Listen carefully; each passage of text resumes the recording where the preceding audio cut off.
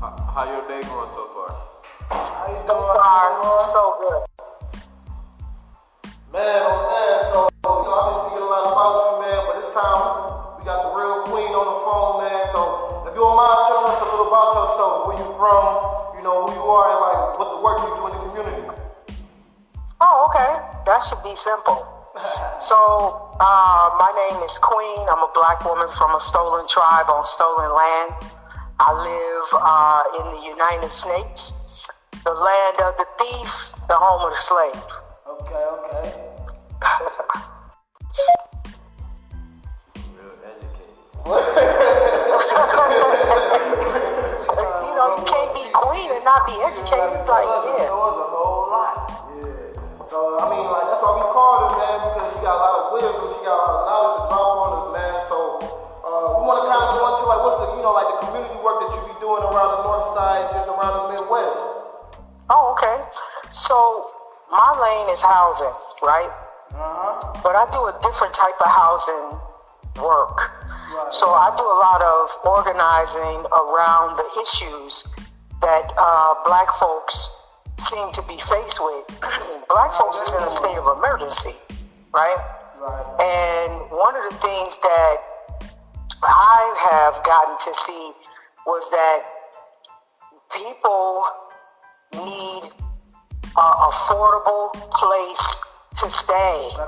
Affordable, like my rent can't be $1,500 and I'm only making $9 an hour. Right? Facts, right? So that's kind of, some of the issues I organize around. I also organize around community-controlled housing, right? Where the community should be able to say, hey, if there's some organizations out here that could give us some money that will help us fix up some of these boarded up cribs like they do in other states, right? Then we should be able to have our economic wealth come back to us through this housing piece. So getting people on board with that, having several meetings, seeing how we have to go down and protest or meet with city council, who's in charge of making housing decisions, that kind of stuff is some of the stuff that I'm deeply entrenched in. So I'm involved in that. Yeah. So, I'm everywhere. I am on Instagram and I'm on Twitter and YouTube, just talking about those very same issues about housing, because everybody black should understand that this is about race, class, money, and politics. They are the four: race, class, money, and politics. Those are four things, essence of organizing, and far too often black folks' pain and suffering is at the forefront of those issues, housing being one of them. Man, that's real good. So, if you don't mind me asking, like, how did you get involved in that? Like, what made you really start, becoming like the advocate for like the housing, you feel me, just the black folks that's going through, housing crisis and really trying to educate themselves, but they ain't really got the resources. So what y'all saying? Right. So one of the things that drew me to this is because when I got out of prison, and I ain't take nobody with me, but when I got out of prison, I didn't have, no place to stay. I'm like, come on, man, the word felony hold too much power. I'm trying to get a crib. Y'all steady talking about what happened in my past. I don't want to have a brain battle with nobody about what happened in the past, because we already know that black folks historically have been denied wealth in this country based on the color of their skin. So we're not talking about that far back. We talk about, right now people are being released from prison and don't have a place to live. So, when I seen it happen to me, I'm like, man, how many other people is this happening to?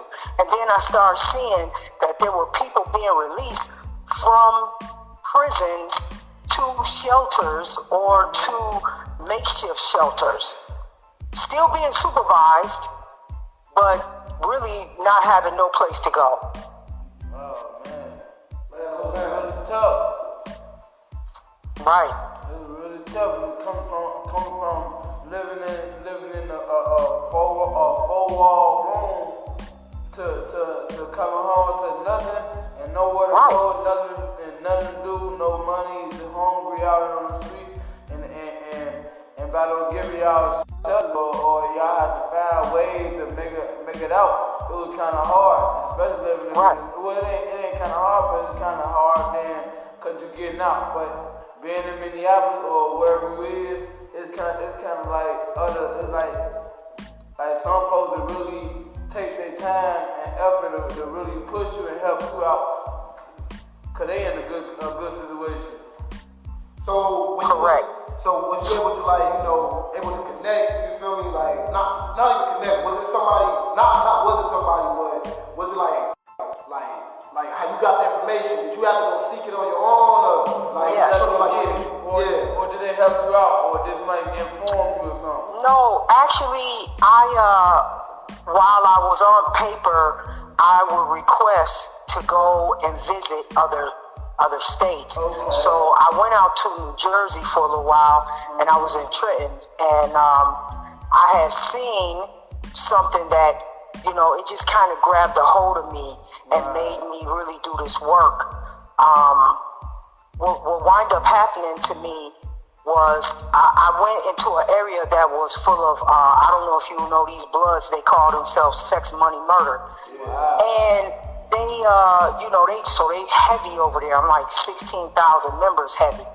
So they were organizing, and they had took a vacant warehouse, and they were not just living in that because they was having like a street war, right?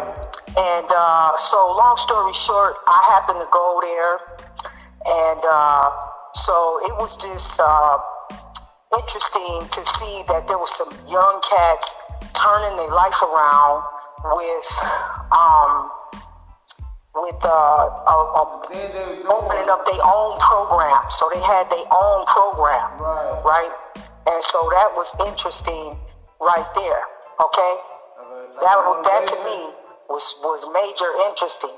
And so it just, it just grew for me.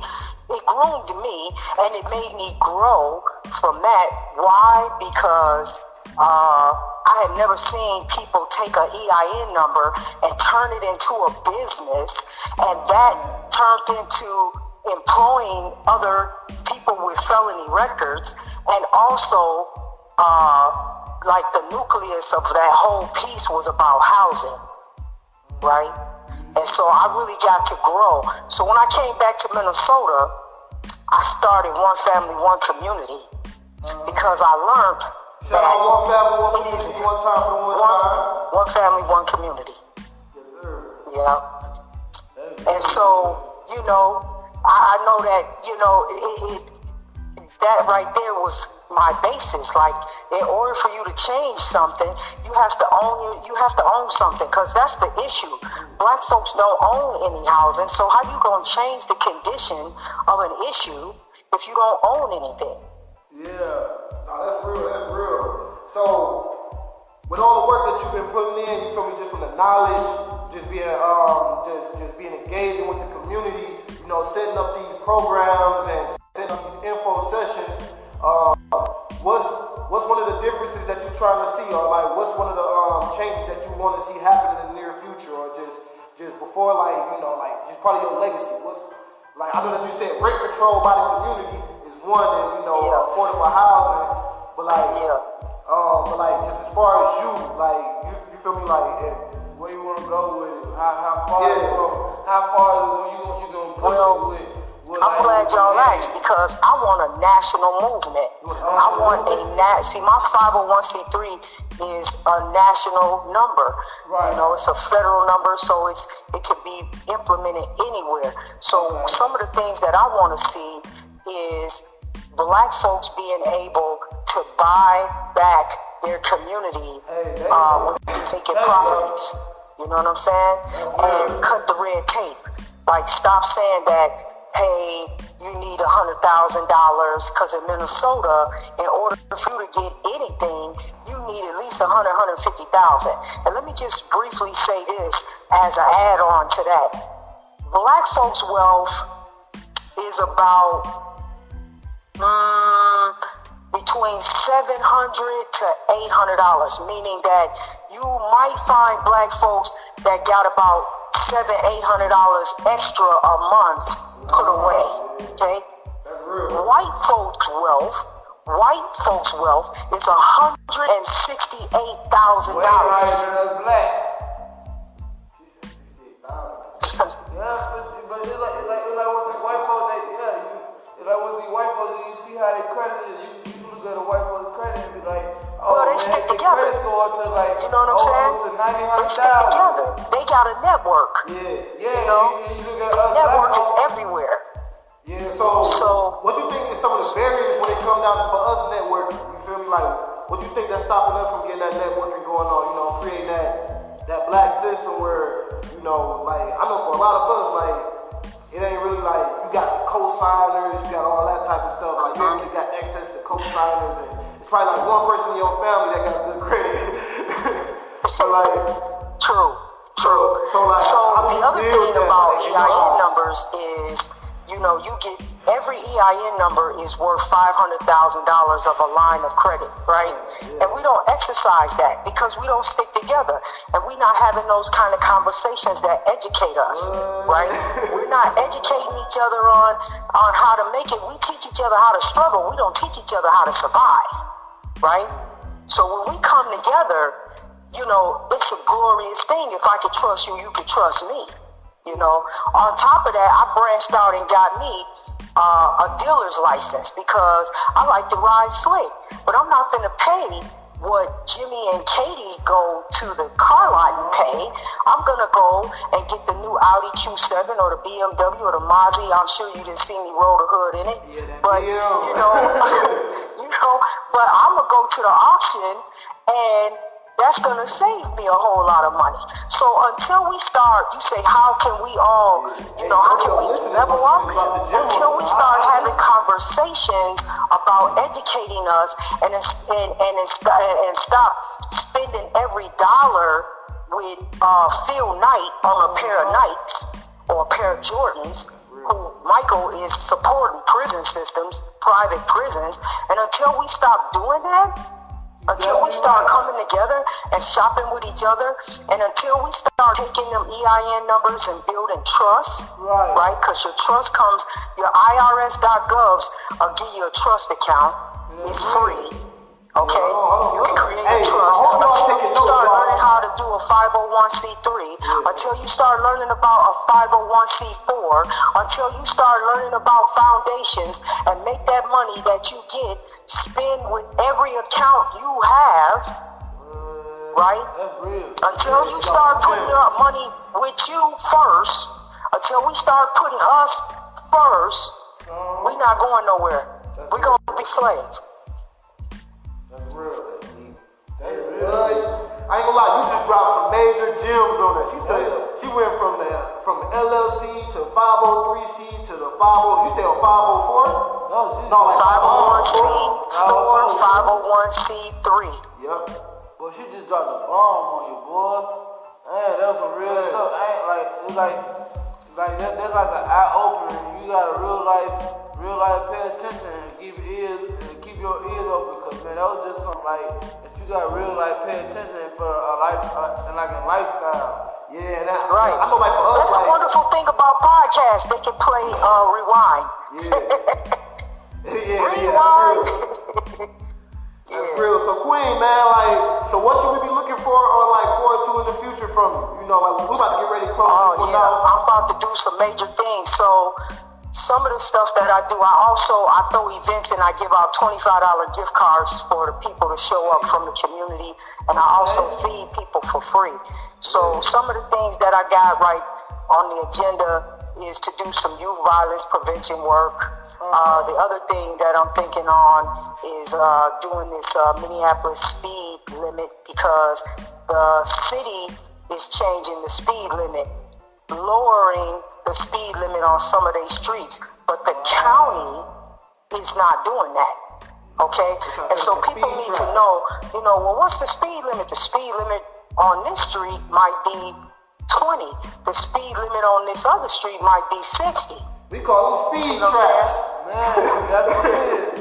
Speed traps for real.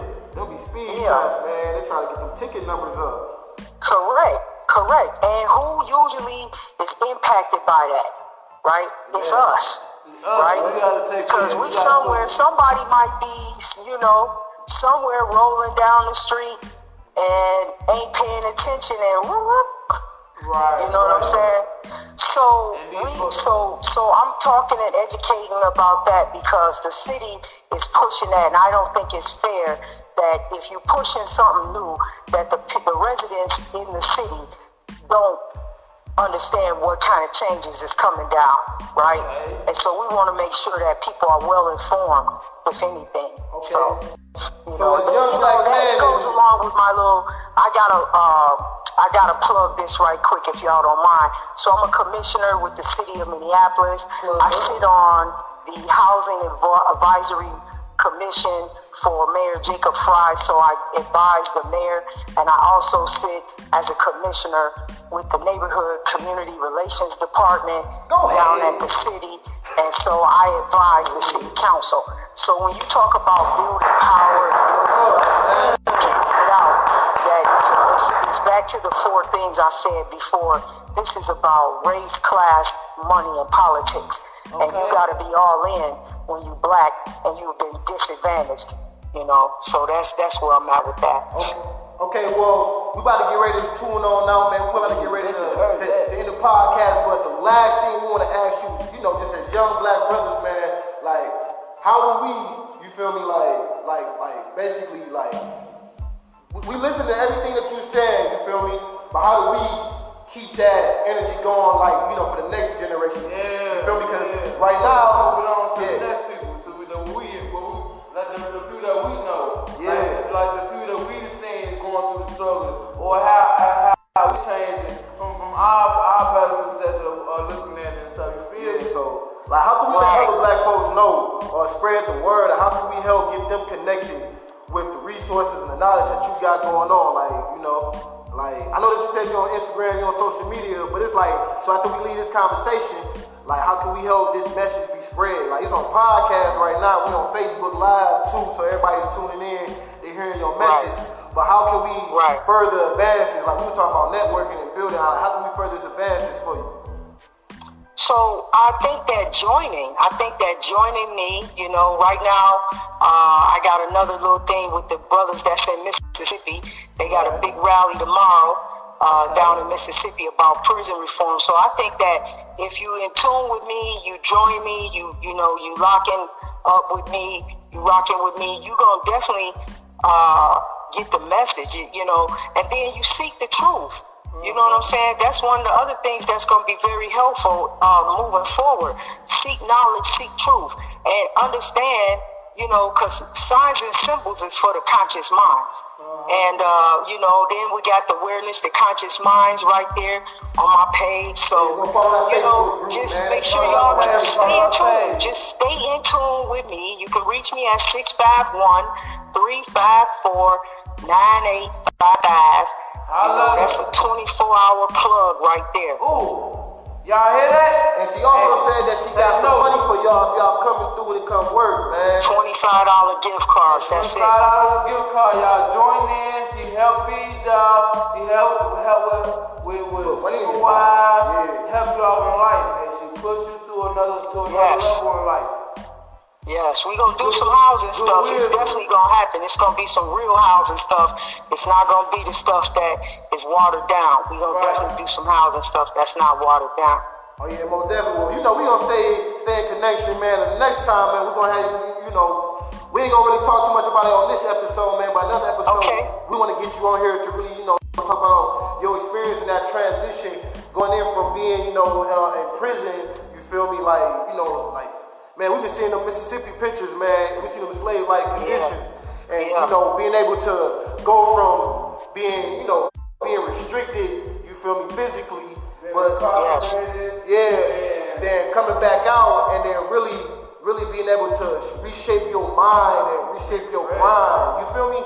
Like, and then now you making, like, they basically try to put a label on you, but at the same time you making like the best contribution to the community right now. It was like a minor setback for a major comeback. Yeah, like a minor setback for a major comeback. But it's like having that mindset that this is a major comeback for you. Like, so, you know, on the next episode, we're going to get you really to talk about that. You feel me? If you don't mind sharing. Anytime. All right, y'all. Well, this is Ian's podcast. We got Queen on here, man. Y'all tuned in. Steven, man. Steven Norman, man. Check out my Facebook page, LMB, Dreadhead, 119. You can check out my Facebook page, Steven Big Business.